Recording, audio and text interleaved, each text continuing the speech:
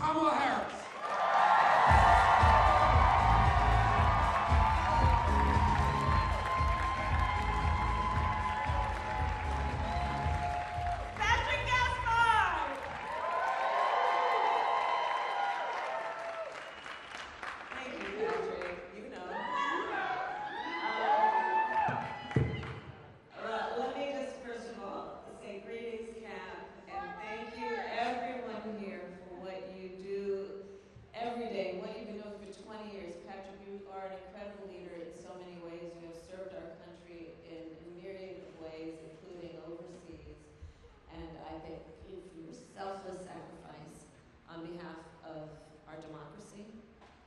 Foundational principles that CAP was founded to actually protect and preserve. So can we please hear from Patrick Gaspar?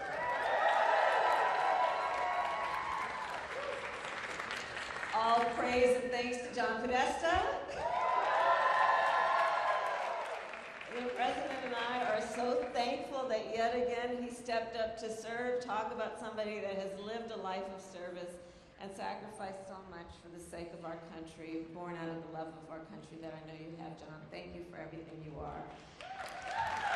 Can we also hear from Mira Tandon, a force of nature who we all know. So listen, I just wanted to stop by to say congratulations to CAP and to thank everyone here for the work you do. I think that this is a moment in time that really highlights the reason that CAP came into being. And it highlights what we know is always important, which is that our country will be as strong as our willingness to fight for foundational values and principles and ideals, and those ideals and principles that we hold dear. Before I say much more, I do also just want to acknowledge this very difficult moment that we are in the context of the world. Patrick, you talked about it. And in particular what's happening in Israel, the attack by Hamas, the Palestinians, and all who are suffering in that region of the world. I will tell you, I am spending countless hours with our president, be it in the Oval Office, in the Situation Room, in classified briefings and meetings with everyone from our intelligence community to military leaders to civil society leaders.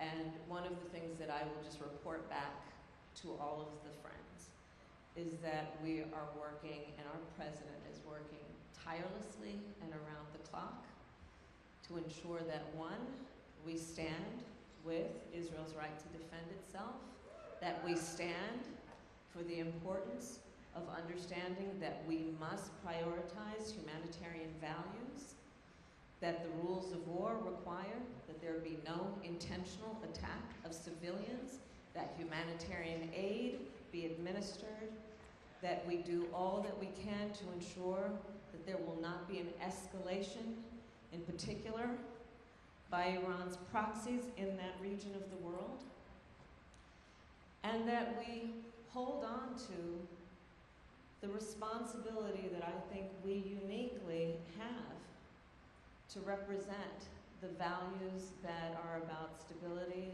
in the interest of peace, and we have not abandoned, and we still are profoundly committed to a two-state solution. So I want to say that before I go on, and then I'm going to talk a bit about CAP. So, and I know this is a celebration and it's a cocktail party, so I'm not going to give a long speech, but I just want to share with you guys, in the last couple of months, I've been on a college tour that I started. And we named it, and I call it the fight for our fundamental freedoms. The fight for our freedoms. And I've been going to, so it's college-age focused, right? So it's colleges and universities, it's community colleges, it's trade schools. And I'm gonna tell you, I love our Gen Z population. Here for the Gen Zers who are here. And you know, many a reporter when I'm interviewed will ask me, what is the mood in the country? Where are we heading as a country? And so I just want to share with CAP a couple of notes from the field in terms of this college tour. And one of them is this. Our young leaders are inspiring all of us because they are so clear that this is a moment in time where so many fundamental freedoms are at stake, and it is incumbent on each of us to fight for those freedoms, those hard-fought, hard-won freedoms that CAP has always stood for.